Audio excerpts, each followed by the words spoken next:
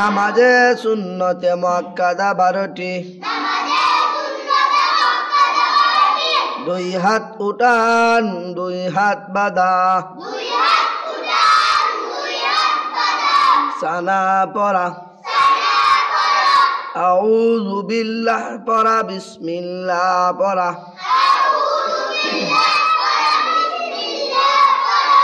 আলহামদুর পর আমিন বলা। প্রত্যেক উঠা বসে আল্লাহু আকবার বলা।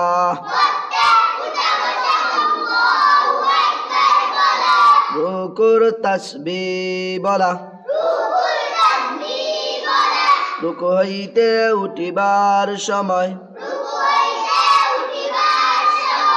সামি আল্লাহু লিমান হামিদা। রব্বানা লাকাল হামদু বলা। সেজদার তাসবিহ বলা। দুরূদ শরীফ পড়া। দাইমা সূরা পড়া। কৌসান তোমরা সবাই একসাথে